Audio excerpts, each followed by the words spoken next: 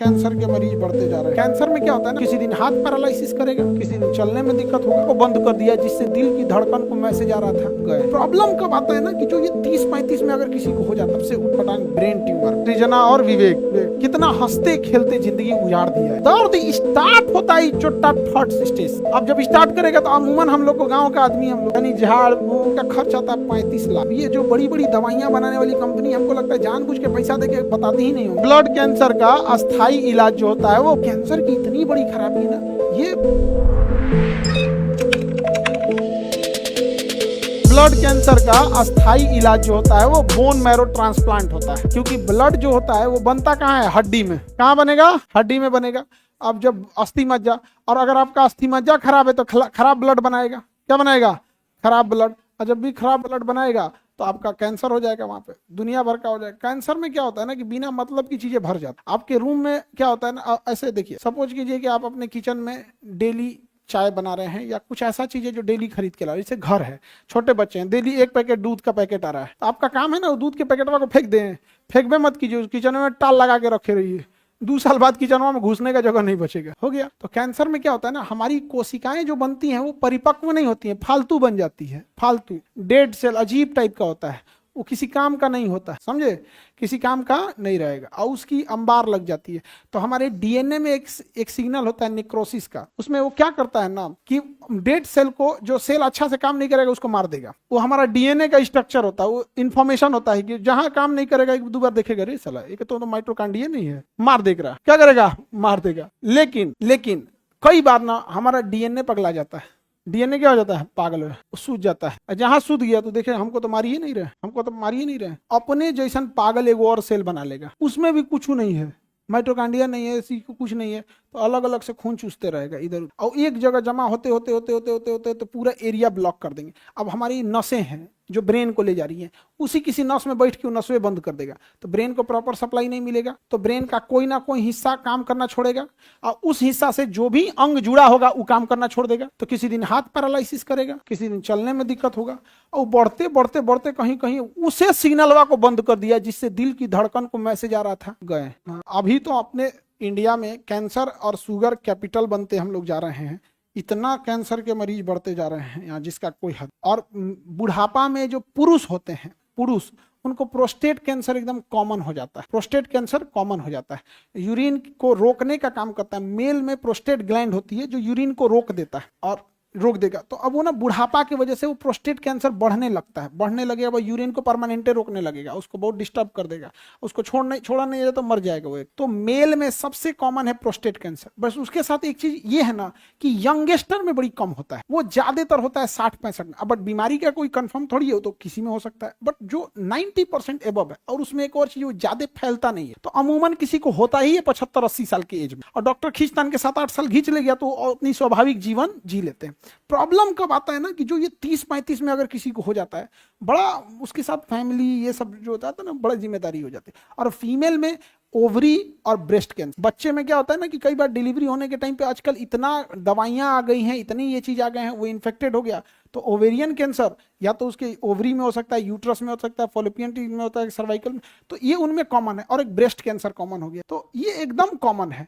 और अमूमन क्या होता है ना कि जो कैंसर वाले सेल होते हैं सब, वो दर्द नहीं करते हैं। अगर कोई गांठ है और ससुरा दर्द नहीं कर रहा है तो ज्यादा घातक है, उसका एफएनएसी या बायोप्सी कराना ज्यादा जरूरी होता है। अमूमन गांठ हो जाता है। अब जैसे महिलाओं में स्तन है, तो जब वो अपने बच्चे को दूध पिलाती है तो दूध में कैल्शियम होता है, तो एक समय के बाद जब बच्चा दूध पीना छोड़ देता है तो कैल्शियम का कुछ कैल्सिफिकेशन जमाव हो जाता है। तो अगर नॉर्मल गांठ है तो दर्द करेगा, बट अमूमन क्या होता है कि अगर दर्द नहीं कर रहा है तो ज्यादा खतरनाक है। अब इसका मतलब ये नहीं कि दर्द नहीं कर रहा है तो कैंसर है, तो कुछ और भी हो सकता है। बट हम कहना क्या चाह रहे हैं, इफ अगर वो कैंसर है फर्स्ट स्टेज सही हो जाएगा, वो तब तक कैंसर खतरनाक नहीं होता जब तक वो लिम्फ में नहीं पहुंचा है। लिम्फ जो होता है, जैसे हमारे शरीर में ना ब्लड ले जाने वाले के लिए धमनी है, और वापस ले आने के लिए सिरा, जाने के लिए धमनी, आने के लिए सिरा। तनी मनी छूट गया तो बटोरने के लिए लिम्फ, तनी मनी छूट गया तो बटोरने के लिए लिम्फ। जैसे हम इंजेक्शन मार देते हैं यहाँ पे, डॉक्टर तो मार दिया यहाँ हाथ में इंजेक्शन, और इंजेक्शन भर दिया मांस में, वो तो छिटा गया यहाँ पे, वापस लेके कौन जाएगा, लिम्फ। कौन ले जाएगा, लिम्फ। तो कई बार कैंसर हमारे शरीर में छिटाए हुए रहते हैं।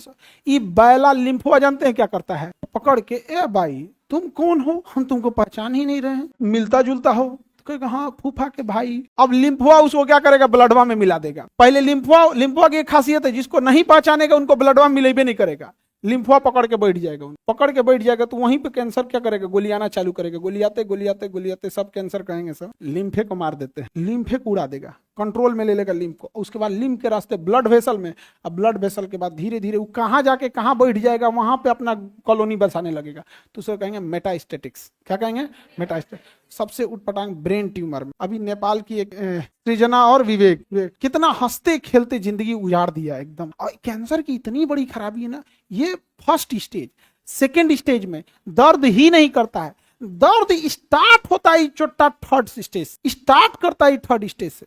अब जब स्टार्ट करेगा तो अमूमन हम लोग को, गांव का आदमी हम लोग तनी झाड़ फूक जड़ी बूटी है बताते बताते जांच करते करते थर्ड क्रॉस कर गया। और कैंसर ऐसा चीज है कि अगर आपको आज पता चल जाता है, ऑपरेशन होते होते 1 महीना लग जाएगा, क्योंकि उसमें इतनी जांच होता है, इतना जांच होता है, इतना जांच, उसको प्रोसीजर पार करते करते समय लग जाता है। क्या कह सकते हैं। और इसका ना एक बड़ा सही है कि हम लोग का जो खाने में जो मिलावट आ रहा है एकदम उटपटांग हो गया है। कौन सा तेल खा रहे हैं हम लोग पता ही नहीं चल, कौन सा प्लास्टिक में खाना आ रहा है, उसमें आ रहा है, इसका कोई है।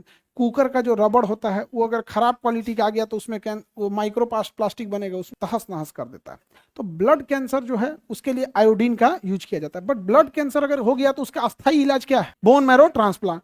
अब बोन मैरो ट्रांसप्लांट का खर्च आता है 35 लाख। हाँ ठीक हो जाता है। डोनर अमूमन उसके घर ही के लोग हो जाते हैं, अमूमन उसके रिश्तेदार हो जाते हैं। और जहां बोन मैरो ट्रांसप्लांट मरीज को रखा जाता है ना, कोरोना के मरीज को कितना सेफ्टी से रखा जाता है, ओकरा से 3 टाइम ज्यादा रखता है, 6 महीना तक, 3 से 6 महीना तक बोन मैरो ट्रांसप्लांट। रीजन क्या है कि बोन मैरो तो पहले आपका निकालेगा, आज ऐसे निकाला तो बोन मैरो निकाला तो ब्लड बनना छोड़ देगा। अब ब्लड बनना अगर छोड़ा तो ब्लड की तो सप्लाई कर देगा, लेकिन ब्लडवा में है WBC, गया WBC 0। अब अगर एको गो अगर कुछ भी हुआ, एगो खटमलो काट दिया, एगो मच्छरों काट दिया, तो कोई है ही नहीं है लड़ने के लिए, कोई है ही नहीं है। ये तो वही हाल हो गया, रात के टाइम आप घर से गए हैं कहीं घूमने के लिए और घर का ताला खुले छूट गया।